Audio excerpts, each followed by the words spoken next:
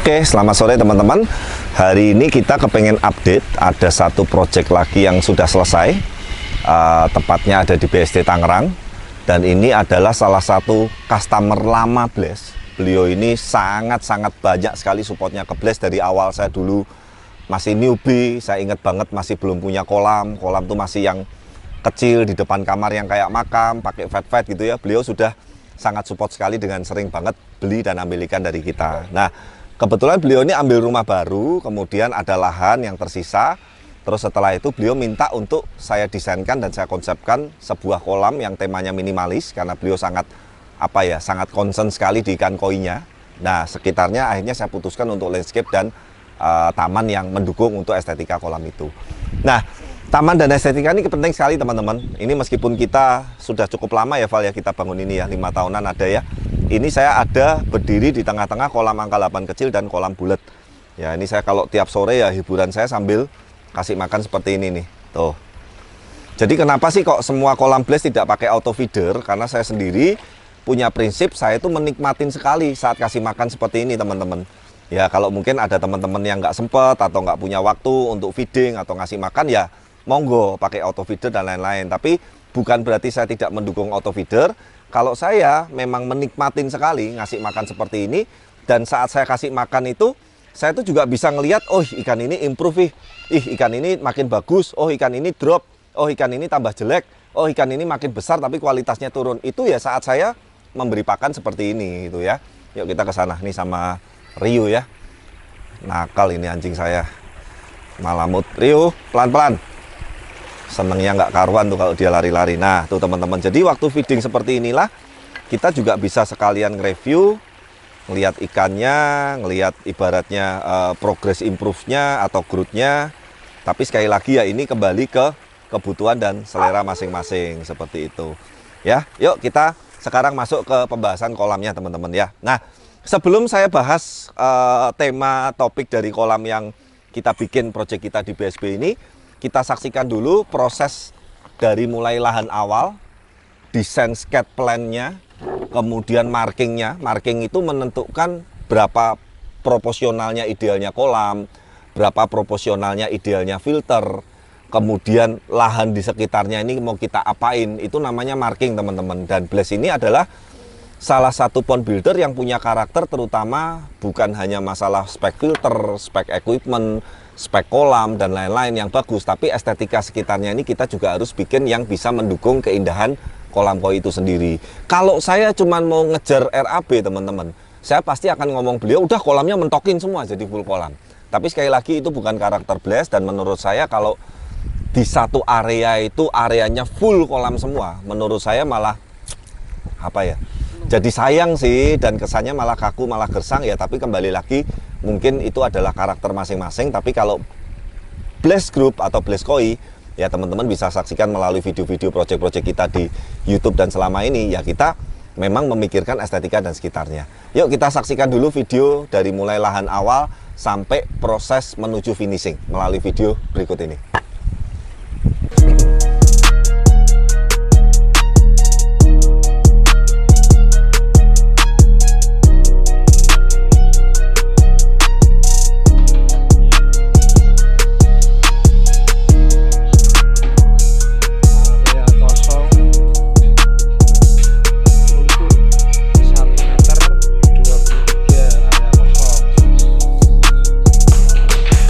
Area kosong sana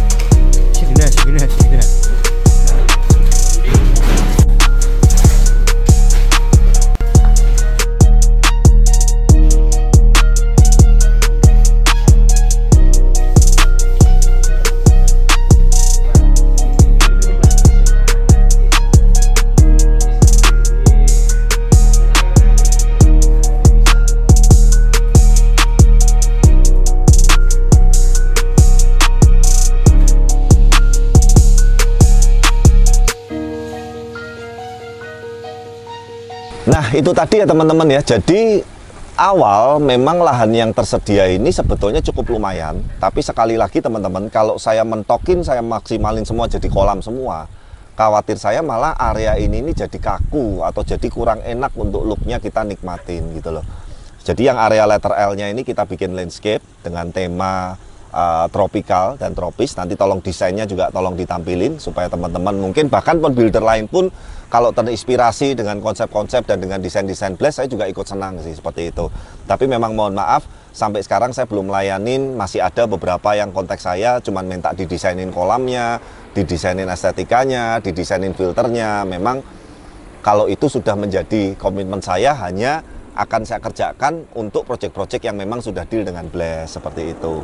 Nah teman-teman, ini kolam bentuknya memanjang teman-teman ya. Jadi secara area kolamnya ini tidak ada yang istimewa, standar seperti kolam-kolam koi pada umumnya, yaitu memanjang dengan lebarnya saya lupa kurang lebih 2,5 atau berapa ya. Jadi usahakan lebar kolam koi itu kalau bisa jangan di bawah 2 meter Val. Minimal tuh 2 meter, kalau bisa minimal 2,5 malahan. Karena memang saya udah coba beberapa kali ya, sampai sekarang nih data, saya kemarin lihat catatan kaget juga. Blast ini sampai sekarang sudah membuat 160 kolam lebih. Ya, bayangin. Di tahun ini aja, Val, baru bulan 9, kita sudah menyelesaikan 28 proyek kolam. Masih ada 11 berjalan. Jadi kalau anggap sudah tidak ada susulan lagi nih, 28 sama 11 tahun ini kita buat 39 kolam. Ya, puji Tuhan memang, dan saya bersyukur.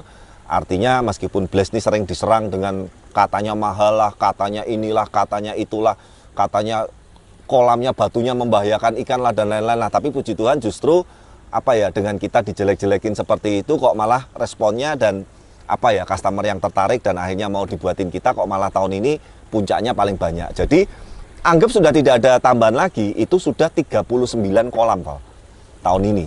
Ya, padahal ini masih ada 4 yang menunggu desain. Dan masih ada yang tanya-tanya ini yang arahnya ke positif, ada 5 lagi. Tapi sekali lagi kita nothing tulus, pokoknya kita berikan yang terbaik. Kalau masalah cocok, jodoh dan enggak, saya percaya bahwa itu rezeki, Tuhan pasti akan kasih yang terbaik. Yang penting kita usaha. Nah teman-teman, pengalaman saya saat saya bikin kolamnya itu lebarnya di bawah 2 meter. Itu setelah jadi itu rasanya kayak kurang, aduh sayang gitu loh. Bahkan customernya banyak juga ya, aduh iya ya bener Pak Ade ya, tahu gitu lebarnya 2 meter lebih atau minimal 2 meter, itu seperti itu. Nah filter itu ada di sisi kiri, kemudian kita finishing dengan decking kayu ulin. Nah lantai yang di depan kamar itu tadinya, di depan kolam, tadinya itu kan mau di fullin pakai decking kayu semua Val.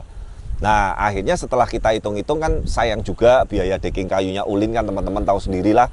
Akhirnya sebagian kita bikin dry garden dengan batu-batu estetik yang setema dengan tamannya, ada taburan split dry garden baru decking kayu. Nah intinya teman-teman, sampai sekarang kolam sudah running, ikan-ikan beliau sebagian yang 8 ekor sudah masuk ya. Kebetulan kemarin sempat dititipin di dealer di Jakarta juga, karena memang sekali lagi Blast dengan BSD Tangerang cukup jauh. Jadi waktu itu sempat beliau mau nitip ikan ke Blast, saya sarankan jangan kejauhan, kasihan ikannya juga, akhirnya dititipin di dealer Jakarta. Setelah kolam kemarin running, jadi kemudian ikannya masuk, inilah jadinya teman-teman. Dan beliau sangat happy sekali, karena selain masalah finishingnya, masalah estetikanya, spek filternya, kemudian susunan komposisi idealnya, teman-teman bisa perhatikan, tolong tampilin video yang ini Val. Jadi teman-teman lihat, bagian filter yang nantinya tertutup decking kayu pun teman-teman, itu tetap kita kerjakan serapi mungkin, sepresisi mungkin, seestetik mungkin. Karena saya punya prinsip teman-teman, kalau kita punya kolam suatu saat lagi buka filter, terus tatanan filternya berantakan, sekat chambernya kadang maaf ada yang bikinnya asal-asalan, ada yang pakai keramik, ada yang sekedarnya, ada yang belepotan, berantakan. Habis itu kadang pemipaannya nggak karuan, ruwet, kabel-kabelnya ruwet. Nggak tahu kenapa mau sebagus apapun kolamnya, rasanya ngelihat filter begitu kok sayang gitu loh. Makanya Blast punya prinsip mulai dari bagian yang tidak terlihat, bagian filtrasi, bagian pemipaan, penyetingan kelistrikan, apalagi estetikanya, finishingnya, itu kita selalu berikan yang terbaik. Nah, terima kasih teman-teman. Intinya satu buah proyek lagi udah kita selesaikan di tahun 2025 ini. Doa saya untuk beliau, ya selalu sehat-sehat, panjang umur, beserta keluarga. Jadi kalau saya kenal beliau ini, Val, saya ingat banget itu pertama kenal beliau itu sekitar tahun 2012, Val. Berarti 13 tahun loh, ya. Dan beliau masih ingat saja sama Blaze loh. Saya tuh sempat kaget karena waktu beliau kontak awal itu sebetulnya sudah ditawarin vendor lain di Jakarta. Memang harganya lebih murah, tapi dia ngomong dengan jujur, "Dek, aku tuh seneng sama kolam-kolam buatanmu dan aku seneng kerapian apa dan lain-lain. Tapi tolong kasih saya harga terbaik." Beliau nggak banyak nawar. Ya udah saya kasih harga terbaik dan lain-lain, kita ngobrol sebentar, akhirnya deal. Jadi saya masih bersyukur meskipun agak lama sih terakhir sejak corona. Berarti kita udah kenal 12-13 tahun lebih. Corona terakhir kontak berarti sudah hampir 5 tahunan. Begitu beliau butuh kolam, langsung saya dihubungin. Nah itu yang saya sangat apresiasi sekali ya. Terima kasih teman-teman dan semuanya. Saya yakin juga sampai sekarang kita bisa survive, bisa bertahan seperti ini juga support dari para customer dan teman-teman netizen semuanya, Blaze People semuanya. Semoga intinya kita tetap bisa terus eksis ke depan, terus bisa memberikan edukasi-edukasi dan hiburan yang bermanfaat. Dan yang pasti teman-teman jangan lupa tonton terus video-video dari kami, like, comment, subscribe, dan bagikan ke rekan-rekan, teman-teman, dan family. Sampai jumpa lagi di video-video berikutnya. Bye-bye.